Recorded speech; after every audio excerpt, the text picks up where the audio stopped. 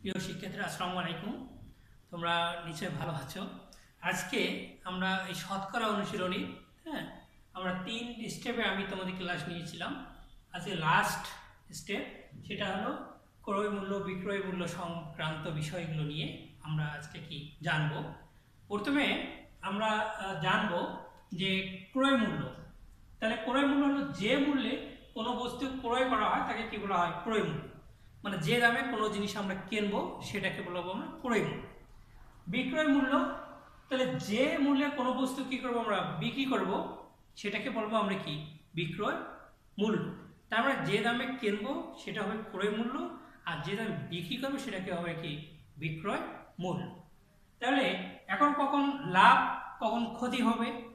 লাভ কখন হবে? বিক্রয় মূল্য মাইনাস কি? ক্রয় মূল্য। যদি ক্রয় মূল্যের চেয়ে বিক্রয় মূল্য বেশি হয় তাহলে লাভ হবে, আর ক্ষতি ক্রয় মূল্য মাইনাস বিক্রয় মূল্য, অর্থাৎ কি হবে? ক্রয় মূল্য বেশি, বিক্রয় মূল্যের চেয়ে ক্রয় মূল্য বেশি। বেশি হলে তখন কি হবে? ক্ষতি হবে আমাদের, তাই না? তাহলে আমরা তোমাদের অনুশীলনী যে নয়, আমরা 7 এবং যে 8 নম্বর তোমাদের অঙ্ক, এই দুটো আমরা কি করব আজকে? ছট করব, ঠিক আছে? ততক্ষণে তোমরা কি করো? এই ক্রয় মূল্য লাভ ক্ষতিগুলো কি খাতার মধ্যে কি নাও, উঠে নিয়ে নাও, ঠিক আছে?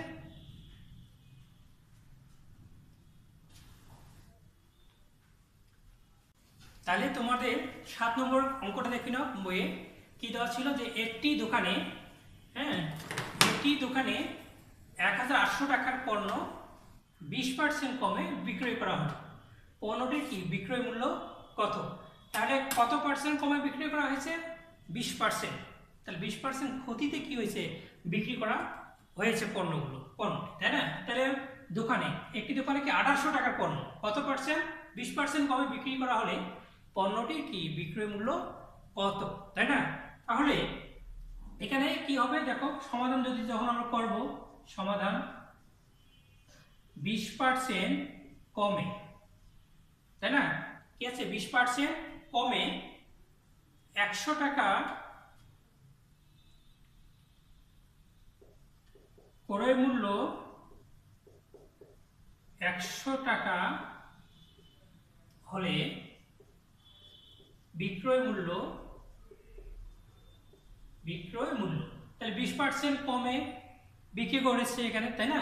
তাহলে 20% কমে ক্রয় মূল্য, তাহলে 100 টাকা হলে বিক্রয় মূল্য 20% কমে, তখন আমরা পারবো কি? যদি ক্রয় মূল্য যদি 100 টাকা হয় তাহলে 20% কমে, তাহলে 100 বিয়োগ কি? 20 টাকা, তাই না? কত আসতেছে দেখো, টাকা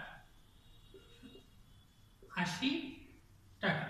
তাহলে 100 টাকা যদি মূল্য হয় ক্রয় মূল্য, তাহলে 20% কমে কত টাকা হবে? 80 টাকা হবে, ঠিক আছে না? তাহলে কি পাবো? 80 টাকা পাবো আমরা। তাহলে এখন আমরা লিখতে পারি ক্রয় মূল্য 100 টাকা হলে বিক্রয় মূল্য, তাহলে ক্রয় মূল্য 100 টাকা, বিক্রয় মূল্য কত ছিল? 80 টাকা ছিল, তাহলে 80 টাকা, তাই না? তাহলে ক্রয় মূল্য যদি 100 টাকা হয় তাহলে 20% কমে বিক্রয় মূল্য কত টাকা? 80 টাকা। তাহলে ক্রয় মূল্য 100 টাকা হলে বিক্রয় মূল্য 80 টাকা। তাহলে ক্রয় মূল্য 1 টাকা হলে বিক্রয় মূল্য কি হবে? কম না বেশি হবে? কম। কি হবে? কম। কম হলে ভাগ, তাই না? তাহলে 80 ভাগ কত? 100, 80 ভাগ 100 টাকা। তাহলে পণ্যটার মূল্য কত ছিল এখানে? 1800। তাহলে ক্রয় মূল্য 1800 টাকা হলে তখন কত আসবে? তাহলে 80 গুণন 1800 বা কত? 100, তাই না? এখন কাটাকাটি করো, 100 কে 100 দিয়ে 1800 কে কাটো, তাহলে কত হয়? এখানে 18, তাই না? 18 দিয়ে 80 গুণ করো, গুণ করে যেটা হবে সেটা কি হবে? ফলাফল, ঠিক আছে না? তাহলে 18 গুণ করো, গুণ করে কত আসতেছে? 80, 18 দিয়ে গুণ করি আমরা, তাহলে কত পাচ্ছি এখানে? 0, 8 64, 0, তাহলে 0 8 কে 8, তাই না? 0 4, 8 আর 6 কত হয়? 14। তাই না? কত হয়েছে? তাহলে আমরা পাচ্ছি 1440 টাকা। ঠিক আছে? তাহলে পণ্যটি বিক্রয় মূল্য কত? 1440 টাকা। কিনছিল কত থেকে? 1800 দিয়ে কিনছিল। তাহলে 20% ক্ষতিতে কি কমে গেছে? মূল্য কমে গেছে না? তাহলে 20% ক্ষতিতে তাহলে পণ্যটার কি আসবে? বিক্রয় মূল্য আসবে 1440 টাকা। ওকে, তাহলে অঙ্কটা তোমরা উঠে নাও খাতার মধ্যে।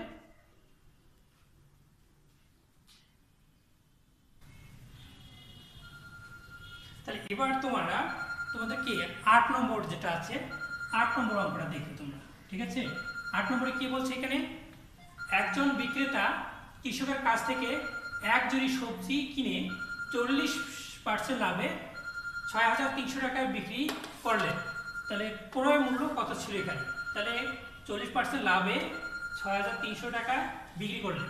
তাহলে সবজির এখানে ক্রয় মূল্য বার করো। ঠিক আছে? সবজি ক্রয় মূল্য। তোমরা একটা অঙ্কটা আবার একটু পড়ে নাও। তো তাহলে আমরা কি জানলাম এখানে?